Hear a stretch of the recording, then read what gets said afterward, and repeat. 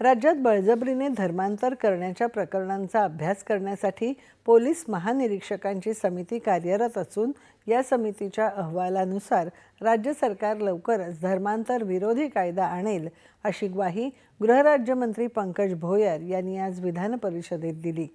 या संदर्भात पुढच्या अधिवेशनात विधेयक आणलं जाईल असं ते म्हणाले। भाजपचे प्रवीण दरेकर आणि शिवसेनेच्या मनीषा कायंदे यांनी राज्यात धर्मांतराचा मुद्दा अधोरेखित करून याबाबत कठोर कायदा आणण्याची गरज असल्याचं मत व्यक्त केलं आणि देशातल्या 11 राज्यांमध्ये धर्मांतर विरोधी कायदा असून असा कायदा करणारं महाराष्ट्र हे देशातलं 11वं राज्य असेल अशी माहिती त्यांनी दिली। वारंवार तक्रारी प्राप्त होत होत्या की त्या ठिकाणी प्रलोभन काही लोकांना देण्यात येत होतं आणि ते वेगवेगळ्या पद्धतीचा मार्ग अवलंबून साधे सरळ जे लोक असतात त्यांचा धर्मांतरण करण्याचा प्रयत्न काही संस्थांच्या माध्यमातून काही व्यक्तींच्या माध्यमातून त्या ठिकाणी व्हायचा।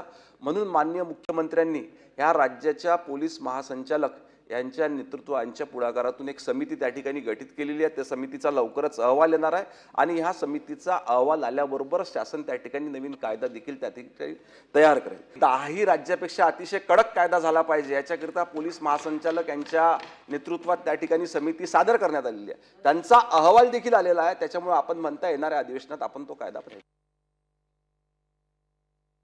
यांनी दौंड जिल्ह्यातल्या केडगाव इथल्या पंडिता रमाबाई मुक्ती मिशन संस्थेत शिकणाऱ्या मुलींवर ख्रिश्चन धर्म स्वीकारण्याची जबरदस्ती होणं, त्यांच्याशी चुकीची वर्तणूक या प्रकरणी उपस्थित केलेल्या लक्षवेधी सूचनेला भोयर यांनी उत्तर दिलं।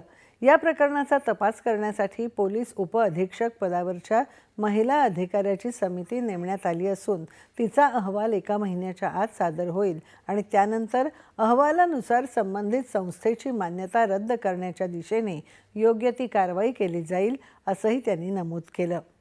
नॉर्थ कॅनरा गौड सारस्वत कोऑपरेटिव्ह बँकेमधील कोट्यवधी रुपयांच्या गैरव्यवहार प्रकरणी बँकेचे अध्यक्ष, उपाध्यक्ष आणि पदाधिकाऱ्यांसह याचा तपास करणाऱ्या पोलीस अधिकाऱ्यांची सहाय्यक पोलीस दर्जाच्या अधिकाऱ्यांमार्फत चौकशी केली जाईल अशी ग्वाही गृहराज्यमंत्री योगेश कदम यांनी दिली।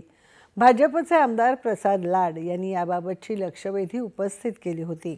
या बँकेतील अनियमिततेची सहकार विभागामार्फत चौकशी करण्याचे आदेश उपसभापती नीलम गोऱ्हे यांनी दिले।